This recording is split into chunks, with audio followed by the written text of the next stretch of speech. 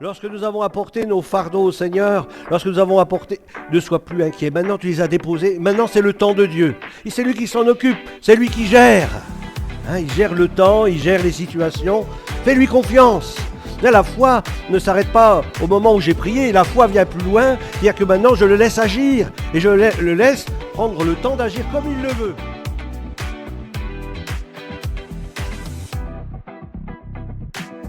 Alors pourquoi ? Bien parce que Jésus était déjà venu à Béthanie, était déjà venu chez Marie, enfin plutôt à l'époque il est venu chez Marthe.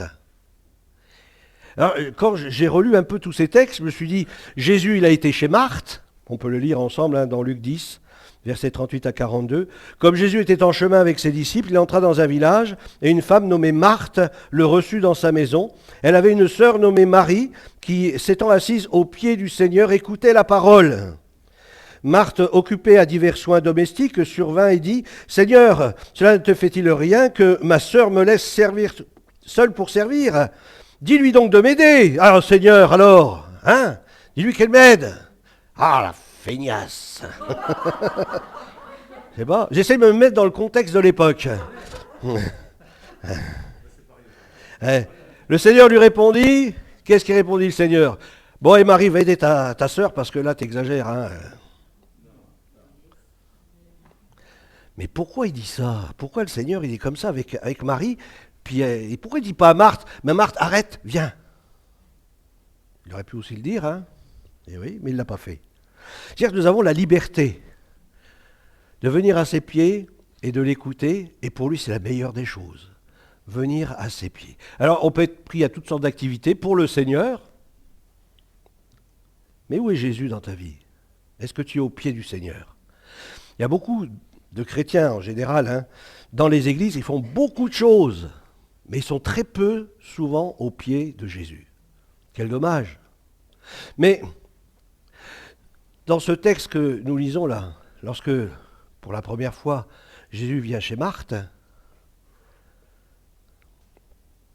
on voit que Marie, elle est au pied du Seigneur, qu'elle écoute la parole de Dieu, ça lui fait du bien. Mais quelques temps plus tard, quelques mois plus tard, c'est pas parce que tu as été au pied de Jésus que vraiment tu as fait une expérience avec Dieu. Tu peux être à l'écoute de la parole de Dieu, tu viens, t'écoutes le Seigneur, ce qu'il dit, mais entre ce qu'il dit et ce que tu expérimentes, des fois il y a un fossé. On peut entendre, vous savez, il y a de nombreuses personnes qui viennent dans les églises, ils écoutent l'évangile, mais ils expérimentent jamais l'évangile. Et ce que Dieu veut, c'est que nous puissions expérimenter sa parole. C'est ce que m'a dit le pasteur une des premières fois où je suis allé dans ces réunions à Sedan. Je parlais du Seigneur, de Dieu, etc. Il me dit, écoute, tu veux faire une expérience avec Dieu ? Alors je dis oui, voilà, ça sera l'occasion pour toi bien de voir que Dieu est réellement vivant. Puis à cette époque-là, je fumais comme un pompier, je buvais comme un trou. Alors donc j'avais l'occasion de faire des expériences avec Dieu. Et puis là, j'ai fait cette expérience-là, Dieu m'a libéré du tabac. Waouh ! C'est là que j'ai pu dire, ouais, vraiment, il est vivant. Bon, de l'alcool aussi, Je veux dire, ça y est, il boit toujours comme un trou. Non. Mais pour vous dire, c'est tellement important. Lorsque je viens dans les réunions, c'est bien, tu te mets à l'écoute, au pied du Seigneur, tu écoutes la parole de Dieu, c'est bien. Mais vis la parole, expérimente-la. Regarde si c'est vrai ce qui est prêché. Expérimente. Alléluia. J'aimais beaucoup, c'était avec Evan et Emma, lorsque ils étaient tout petits, et puis qu'il leur arrivait des choses, bien tout de suite les amener à expérimenter la parole de Dieu. Lorsqu'Emma a eu son problème à son genou, puis que c'était assez grave, eh bien avec Evan, lorsqu'on l'a amenée aux urgences, on a prié pour elle, lorsqu'elle était sur ce lit en attendant le médecin. Et puis à un moment donné, quelque chose s'est passé. Et alors que je l'ai portée pour venir aux urgences, pour aller aux urgences, et que je l'ai posée sur ce lit, bien quelques temps après, elle marchait à côté de moi. Mais avant, je lui dis, mais t'es sûr que ça va aller ? Elle me dit, ouais, j'ai plus mal. Mais c'est Dieu qui le fait. Et expérimenter la parole de Dieu, voir si c'est vrai. Et oui, elle est vraie. La parole de Dieu est la vérité. Alléluia. Expérimenter la parole de Dieu, c'est formidable. Allons plus que simplement l'écouter. Expérimente l'Écriture. Ésaïe 50, versets 4 à 5, il nous est dit « Le Seigneur l'Éternel m'a donné une langue exercée pour que je sache soutenir par la parole celui qui est abattu. Il éveille chaque matin, il éveille mon oreille pour que j'écoute comme écoutent les disciples. Le Seigneur l'Éternel m'a ouvert l'oreille et je n'ai point résisté. Je ne me suis point retiré en arrière. » Savoir se mettre à l'écoute de Dieu. Elle nous est dit ensuite, donc, à la suite de ce texte, après avoir entendu cela, Jésus dit « Cette maladie n'est point à la mort. » On est venu rapporter à Jésus ce qui s'était passé, que Lazare était malade, etc. Celui que tu aimes, il est malade. Alors Seigneur, fais un effort, viens, déplace-toi. Puis Jésus dit « Non, je ne vais pas me déplacer tout de suite, j'ai le temps. » Ah bon, t'as le temps, Seigneur ? Oui, oui, t'inquiète pas. Formidable, hein ? Lorsqu'il y a le temps de Dieu, on peut prier avec foi, etc. Mais Dieu, il a son temps. C'est lui qui décide des temps. Hein, c'est lui qui conduit les circonstances. C'est lui qui fait « Salut la compagnie !» Bisous à Antonin. Alléluia.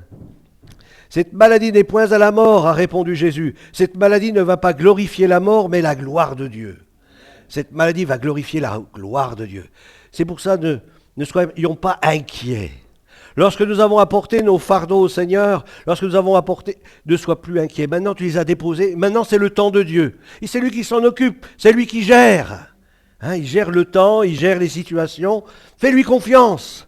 La foi ne s'arrête pas au moment où j'ai prié. La foi vient plus loin. C'est-à-dire que maintenant, je le laisse agir. Et je le laisse prendre le temps d'agir comme il le veut.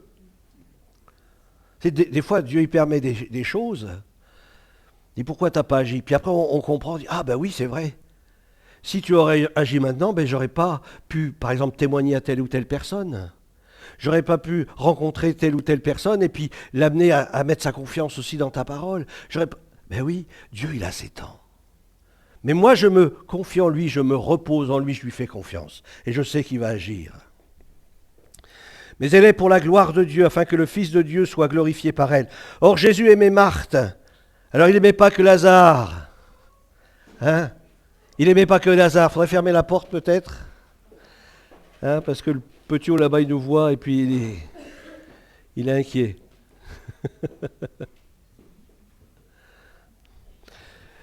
Or, Jésus aimait Marthe, sa sœur, et Lazare. C'est beau hein, de voir ça. Parce qu'on vient voir Jésus, oui, celui que tu aimes, Lazare. Et puis Jésus, plus loin, on dit, il aimait aussi Marthe, il aimait aussi Marie. Alléluia. L'amour de Jésus. Et même qu'il aimait tous ces gens-là, eh bien, il y a eu le temps de Dieu. Il y a le temps de Dieu. Il faut respecter le temps de Dieu. On ne peut pas forcer la main de Dieu. Hein, on ne peut pas la forcer.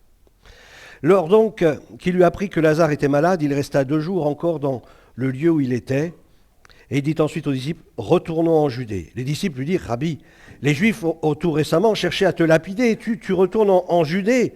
Jésus répondit, n'y a-t-il pas 12 heures au jour ? Si quelqu'un marche pendant le jour, il ne bronche point, parce qu'il voit la lumière de ce monde. Mais si quelqu'un marche pendant la nuit, il bronche, parce que la lumière n'est pas en lui.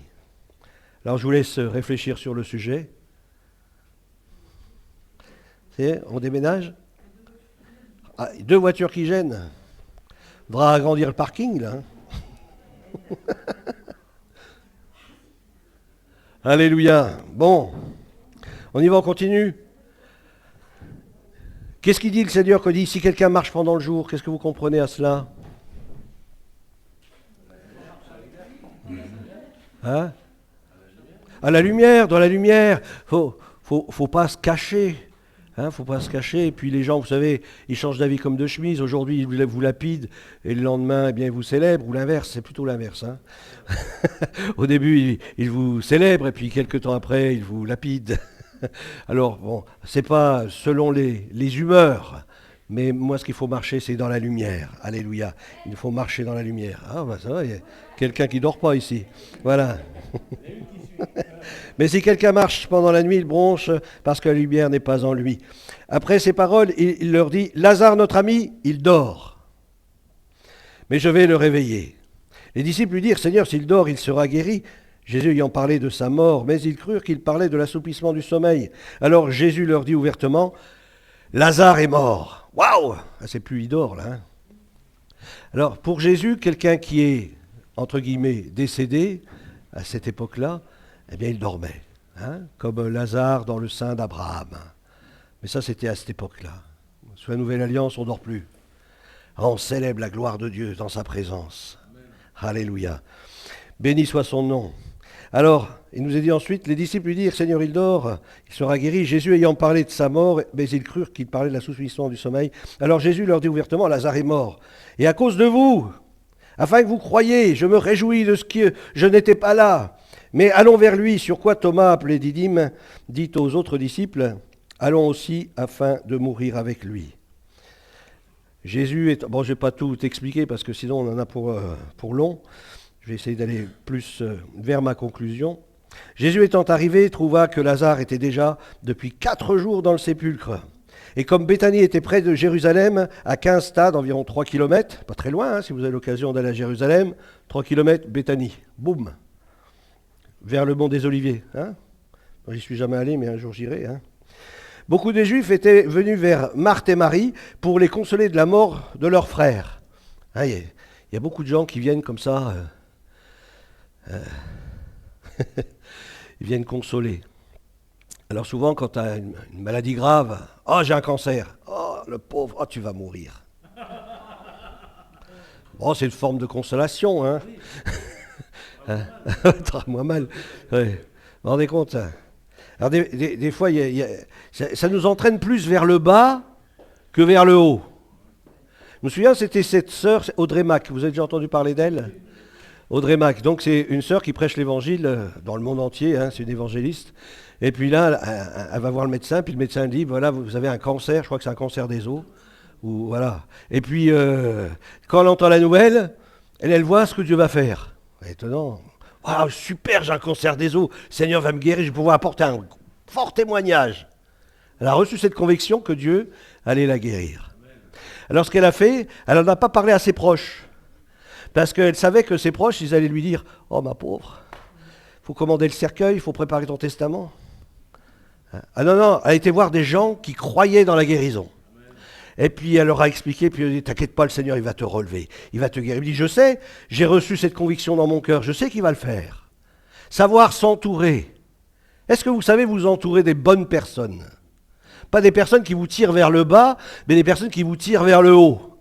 C'est important de s'entourer de bonnes personnes, qui m'encouragent, qui sont une source d'édification, qui me font du bien, pas qui me condamnent, mais au contraire, qui me relèvent. C'est important de bien s'entourer. Et puis cette sœur, eh bien, a tellement bien été entourée qu'elle a pu rendre témoignage de sa guérison, même à son médecin. Et après les examens, ils ont vu qu'elle n'avait plus rien. Complètement guérie de ce cancer. Et aujourd'hui encore, elle annonce l'évangile. Alléluia. Dieu est bon. Alléluia. Dieu est bon. Il a son temps. Simplement, nous avons à nous placer sa parole dans notre cœur, croire ce qu'il nous dit et s'appuyer sur elle. Alors, il y avait beaucoup de gens qui étaient là. Alors, lorsque Marthe apprit que Jésus arrivait, elle alla au-devant de lui, tandis que Marie se tenait assise à la maison. Elle était assise, mais plus au pied de Jésus.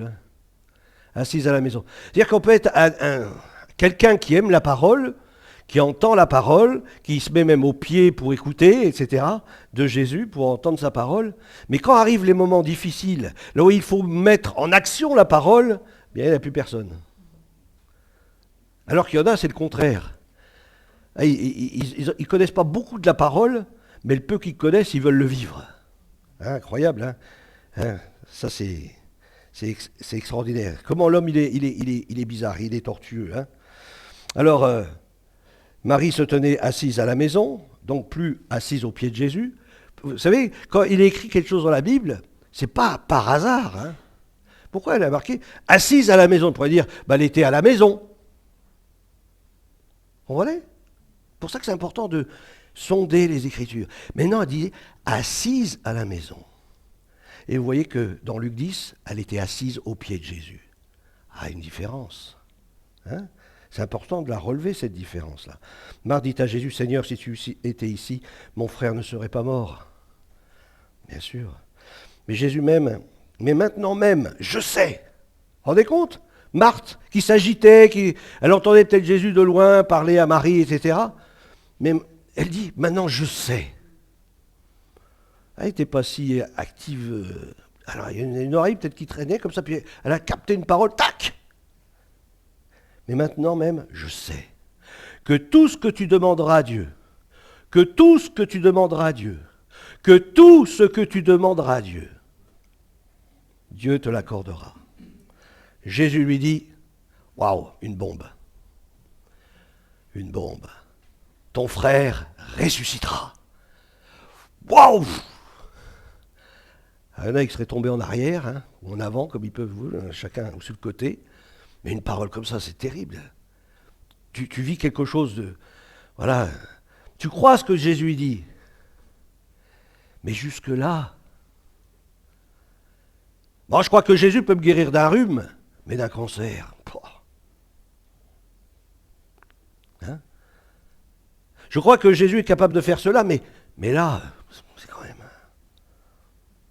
Ne limite pas le Seigneur. Ne le limite pas.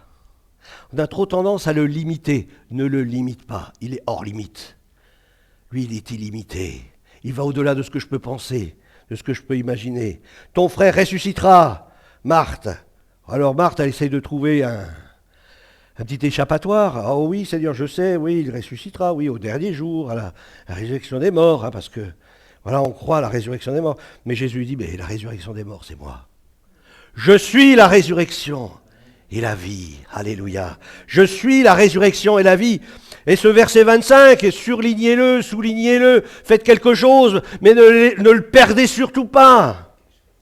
Jésus lui dit, je suis la résurrection et la vie, celui qui croit en moi, quand même il serait mort.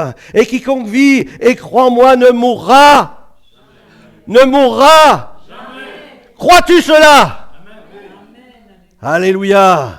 Je le crois de tout mon cœur. Je crois que c'est la vérité. Je sais parce que j'ai mis ma foi en toi. Je sais que je ne mourrai jamais, que j'ai reçu la vie éternelle. Je suis vivant. Alléluia. Et même si mes yeux se ferment ici-bas, tout de suite, je te verrai face à face. Tu viendras me chercher, Seigneur, et tu me prendras avec toi. Alléluia. Je suis la résurrection et la vie. Celui qui croit en moi vivra quand même il serait mort. Et quiconque vit et croit en moi ne mourra jamais. Crois-tu cela? Waouh! Vous savez les choses, Dieu nous conduit à vivre sa parole.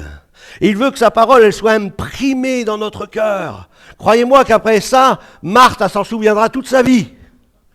Ah ça c'est sûr, mais elle s'en souviendra toute sa vie et on pourra la brûler, la lapider, la torturer, lui arracher les bras, les pieds, les doigts, ce que vous voulez, ça restera dans son cœur. Crois-tu cela? Oh oui Seigneur. Alléluia.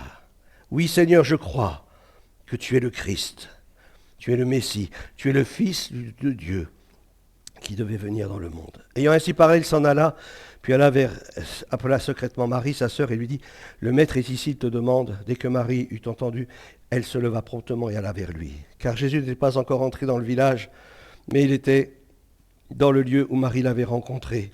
Les Juifs qui étaient avec Marie dans la maison et qui la consolaient, l'ayant vue se lever promptement et sortir, la suivirent, disant, elle va au sépulcre pour y pleurer. Lorsque Marie fut arrivée là où était Jésus et qu'elle le vit, elle tomba à ses pieds. Elle tomba à ses pieds. Elle n'était plus assise, mais elle tomba à ses pieds. Il y a un temps pour écouter, puis il y a un temps pour se prosterner. Il y a un temps pour se prosterner. Dire Seigneur, moi je ne peux plus rien faire. Il n'y a que toi qui puisses agir. Dans tous les domaines de notre vie, hein, que ce soit dans le domaine familial, dans le domaine de la santé, dans d'autres domaines. Seigneur, tu vois, j'ai cherché du boulot partout. Seigneur, il n'y a que toi qui puisses m'aider parce que j'ai fait ce qu'il fallait faire. Seigneur, c'est toi qui ouvre les portes, c'est toi qui crée des situations, c'est toi, Seigneur. Et là, je me prosterne à genoux devant lui et je lui dis, Seigneur, je te fais confiance. Je crois, je mets ma foi en toi. Elle tomba et lui dit, Seigneur, si tu étais ici, mon frère ne serait pas mort.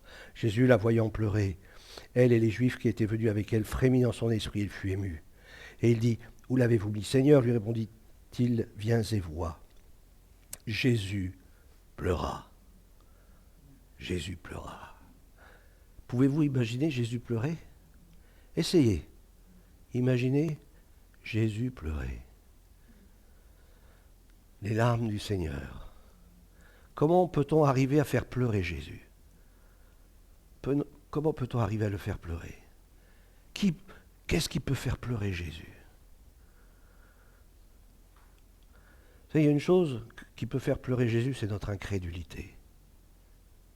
Ça fait pleurer le Seigneur, de voir qu'on n'arrive pas à saisir sa parole, qu'on ne croit pas en ce qu'il dit, on le fait menteur. Faire pleurer Jésus. Moi, je me souviens, quand je me suis converti tout au début, c'est ce qui me chagrinait dans ma tête. À chaque fois que je faisais quelque chose de mal, je me disais, je fais pleurer le Seigneur. Vous inquiétez pas, ça vous aide à faire ce qui est juste. Parce que quand vous savez que vous l'avez attristé, vous savez, le Saint-Esprit, on peut l'attrister aussi. Par nos paroles, par nos pensées, par nos actes. Et le Saint-Esprit aussi est attristé. Et lui aussi, il sait pleurer. C'est Dieu sait ce que c'est que l'éternité. Nous, on vit dans un temps, mais lui, il voit beaucoup plus loin. Et il sait ce que c'est que l'éternité. Sur quoi les Juifs dirent, voyez comme il l'aimait. Quelques-uns d'entre eux dirent, lui qui a ouvert les yeux des aveugles, de l'aveugle, ne pouvait-il pas aussi faire aussi que cet homme ne mourût point? Je crois que je vais arrêter. On va finir juste ça, et puis je vais arrêter, puis je ferai la conclusion la prochaine fois. Jésus, frémissant de nouveau en lui-même, se rendit au sépulcre. C'était une grotte. Et une pierre était placée devant. Jésus dit, ôtez la pierre. Jésus aurait pu dire, Pierre, saute de là. Pourquoi est-ce qu'il dit aux gens, ôtez la pierre? Dans toutes les expériences qu'on fait avec Dieu, il y a toujours une part de notre part. Il y a toujours notre part. Tu crois? Je t'ai guéri, bien lève-toi, commence à marcher. Vas-y, plie ton genou, vas-y. Plie ton bras, voilà. Commence, regarde maintenant, regarde ce qui est écrit là-bas. Tu as un problème à ton œil, on a prié. Il y a toujours notre part. Dieu désire que nous fassions au moins le moindre effort d'ôter la pierre, de croire déjà que quelque chose va se passer. Ôtez la pierre. Marthe, la sœur du mort, lui dit, il sent déjà. Il y a 4 jours qu'il est là. Jésus lui dit, ne t'ai-je pas dit que si tu crois, tu verras la gloire de Dieu? Ne t'ai-je pas dit? On perd ce que Dieu nous dit, on a un vase percé. On a du mal à retenir les paroles de Dieu. Marie, la mère du Seigneur, elle repassait ces paroles dans son cœur. Repasse les paroles. Combien de fois les gens... Vous savez, moi, quand on a ouvert ici le temple, qu'on a commencé à entrer dedans, puis à faire ce qu'il fallait, tout de suite, la parole d'un prophète qui m'avait été donnée en 2013, on est rentré ici fin 2022. Voilà. Je me suis rappelé 10 ans après de la prophétie qui avait été donnée. Parce que je savais que c'était Dieu qui parlait. Quand Dieu te donne une parole, garde-la dans ton cœur. Note-la, fais quelque chose. Note-la et de temps en temps, prends ton carnet, puis relis les promesses de Dieu. Ce que Dieu a déposé dans ton cœur. C'était une certaine prophétie. Que je te dirai tout à l'heure. Parce que sinon, je ne vais pas arriver au bout. Alléluia. Ôtez la pierre, il sent déjà. Ne t'ai-je pas dit que si tu crois, tu verras la gloire de Dieu. Ils ôtèrent la pierre et Jésus leva les yeux en haut. Alors c'est pour ça que je vous dis, quand vous priez, vous n'êtes pas obligé de fermer les yeux. C'est vrai que, montrez-moi dans la Bible un endroit où c'est marqué que lorsqu'on prie, on ferme les yeux. Je n'ai pas vu ça. C'est dans notre côté religieux, on a l'habitude de fermer les yeux. Hein? Veillez et... Alors je crois que ça doit être pour ceux qui veulent dormir. On a inventé ce truc pour que les gens puissent dormir pendant la messe. Ça doit être un truc comme ça. Hein. Mais ça a marché, hein, et ça marche encore. Hein. Mais il leva les yeux vers le ciel. Hein? Jésus lève les yeux vers le ciel et qu'est-ce qu'il fait? Hein?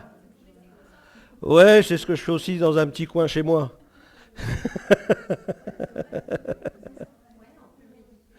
Ouais. Vous vous concentrez. Alors Jésus se déconcentre, lui, il regarde vers le ciel, il est tranquille. Il est tranquille. Et c'est comme ceux qui prient pour les malades. Vous avez déjà vu ceux qui prient pour les malades? Ils posent la main sur la tête du malade et ils essaient de rentrer la tête entre les épaules du malade. Et ils croient que c'est ça qui va apporter la guérison. Mais ça non plus, ça ne marche pas. T'as beau concentrer la tête au milieu des épaules, ça ne marche pas. Ça ne marche pas. Vous savez, dans les campagnes d'évangélisation, enfin, j'en ai vu quelques-unes, ils alignaient les malades et le serviteur de Dieu, il passait, tac, tac, tac, tac, tac, tac, tac, tac, tac, tac. Et dedans, tu avais des guérisons. Hein.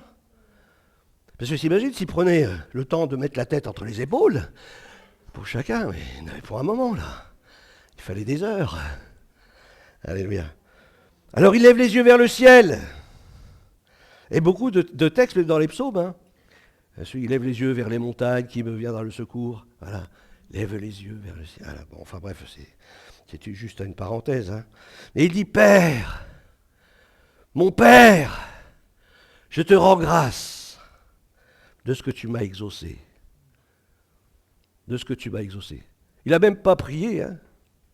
Enfin, je veux dire, audiblement. Mais il savait déjà.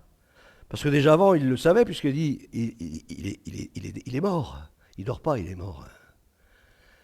Et déjà, je pense qu'il avait prié. Et puis le Seigneur, le Père, lui avait révélé que Lazare, il allait sortir du tombeau. Donc pour lui, c'était fait. Et donc, quand il se trouve devant le tombeau, il confesse déjà que c'est fait. Et là, qu'est-ce qui se passe? On retrouve cette prophétie d'Ésaïe. Lazare! C'était juste pour voir si vous dormiez. Sors! Lazare, sors! Alléluia! Et puis, qu'est-ce qu'a fait Lazare? Il est sorti! Très bonne réponse. Lazare est sorti. Et vous savez, j'ai entendu comme ça, parce que j'écoute un petit peu ce que disent certains évangélistes. Heureusement qu'il a dit Lazare, parce que s'il leur avait dit « Mort, sors !» il y en a 15 qui seraient sortis là. Mais il a précisé, Lazare, toi, c'est toi qui dois sortir. Lazare sort. Alléluia. Et le mort sortit, les pieds et les mains liés de bandes, parce que Dieu ne fait pas tout non plus. Hein, on a aussi notre part. Hein, il faut aussi, ils sont occupés de lui. Et le visage enveloppé d'un linge, Jésus leur dit, déliez-le et laissez-le aller. Plusieurs des Juifs qui étaient venus vers Marie et qui virent ce que fit Jésus crurent en lui. Mais quelques-uns d'entre eux allèrent trouver les pharisiens et ils leur dirent ce que Jésus avait fait. Alors les principaux sacrificateurs et les pharisiens assemblèrent le Sanhédrin et dirent que ferons-nous? Car cet homme fait beaucoup de miracles. Ah. Vous savez ici, si vous avez beaucoup de miracles, moi je sais parce que je sais comment ça s'est passé dans d'autres assemblées, mais on commence à vous regarder d'un mauvais œil. Hein. Alors il y a les journalistes qui viennent, ils commencent à interviewer, vous êtes sûr, vous étiez vraiment malade? Et puis là on vous crée des problèmes. Hein. On va dire, mais vous êtes une secte. Faites attention quand il y a beaucoup de miracles. Vous savez que ça dérange quelqu'un. On l'appelle le prince de ce monde. Alors il y a plein de petits roitelets là qui sont là, mais ils sont sous sa botte. Hein. Mais il y a le prince de ce monde et lui il ne veut surtout pas que l'évangile il puisse rayonner avec puissance. Et là c'est ce qui s'était passé à l'époque. Hein. Car cet homme fait beaucoup de miracles. Si nous le laissons faire, tous croiront en lui. Mais la ville de l'île sur le Doubs, même les hôpitaux, ils vont fermer, ils vont tous venir. Mais nous, on a besoin de travailler. Hein? Nous sommes infirmières, chirurgiens, on a besoin de travailler. Si tous ces gens-là, ils sont guéris, mais alors on va être au chômage. Mais dans le millénium, ils le seront. Hein. Ah bah oui, il n'y aura plus d'hôpitaux. Hein? Hein? On n'a pas pensé à ça. Hein. Donc, formation de médecins, infirmières, tout ça, il faut arrêter. Hein. Pensez loin, vous voyez loin. Non, je dis une bêtise. Hein. L'un d'eux, Caïphe, qui était souverain sacrificateur cette année-là, leur dit « Vous n'y entendez rien, vous ne réfléchissez pas qu'il est dans votre intérêt qu'un seul homme meure pour le peuple et que la nation entière ne périsse pas. » Or, il ne dit... C'est beau hein, ce qu'il dit après. Hein. Or, il ne dit pas cela de lui-même, mais étant souverain sacrificateur cette année-là, il prophétisa. L'Esprit est venu sur cet homme. L'Esprit Saint est venu sur cet homme. Ce n'était pas forcément un ami de Jésus. Hein. Il prophétisa que Jésus devait mourir pour la nation, sans s'en rendre compte. Il a prophétisé, il a dit une parole qui venait de Dieu, du Saint-Esprit. Alléluia. Et ce n'était pas pour la nation seulement, c'était aussi afin de réunir en un seul corps. En un seul corps. En un seul corps. Lisez Romains. Greffé à l'olivier franc. Dieu veut nous amener à vivre dans un seul corps, ayant la même racine, avec les mêmes promesses. Alléluia. Ce n'était pas pour les nations seulement, la nation seulement, c'était aussi afin de réunir en un seul corps les enfants de Dieu dispersés. Dès ce jour, ils résolurent de le faire mourir. Alléluia. Gloire à Dieu. Est-ce que vous êtes heureux d'être devenu juif par alliance? Alléluia. J'ai été greffé à l'olivier franc. Abraham est mon père par la foi. Alléluia. Quel bonheur, quelle grâce. Quelle grâce. Alléluia. On va terminer ensemble, on va prier, puis je ferai la conclusion dimanche prochain. On va peut-être se lever, parce que je vois qu'il y en a qui dorment. Je dirais pas de non. Hein, Sylvette? Voilà. Ah, alléluia. Tout peut arriver. Allez, on va remercier le Seigneur pour ces quelques paroles. J'espère que vous avez reçu quelque chose. Vous savez, même une seule parole suffit pour vous nourrir, vous donner ce que vous avez besoin. Une parole prophétique, quelque chose. J'espère que vous avez reçu quelque chose. C'est le but de la prédication. C'est vraiment de susciter la foi et d'amener la foi vraiment à qu'elle soit pleine et entière. Alléluia. Seigneur, merci pour ta parole qui est la vérité. Seigneur, nous nous réjouissons parce que tu es venu chercher et sauver ceux qui étaient perdus. Seigneur, tu viens dans nos impossibilités, tu viens dans ce qui nous nuit, ce qui nous ferme, peut-être l'avenir qui nous ferme des portes. Seigneur, tu viens, tu es celui qui ouvre les portes. Seigneur, nous te bénissons parce que tu es celui qui nous conduit dans la victoire comme nous l'avons chanté. Tu nous as régénérés, tu nous as transformés, tu nous as fait naître d'en haut pour que nous puissions être une source d'influence pour ce monde qui nous entoure. Seigneur, merci pour le Saint-Esprit qui habite en chacun de nous. Merci Seigneur de ce que tu nous revêts de ta puissance afin que nous allions et que nous portions du fruit pour toi.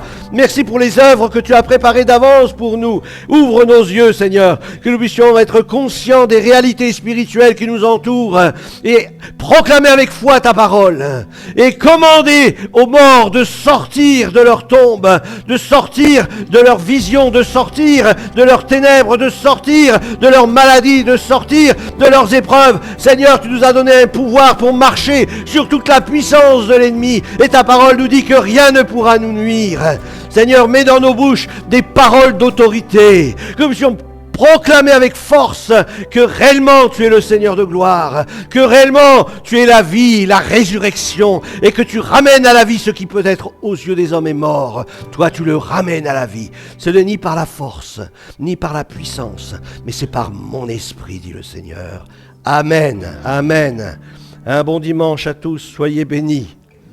Alléluia.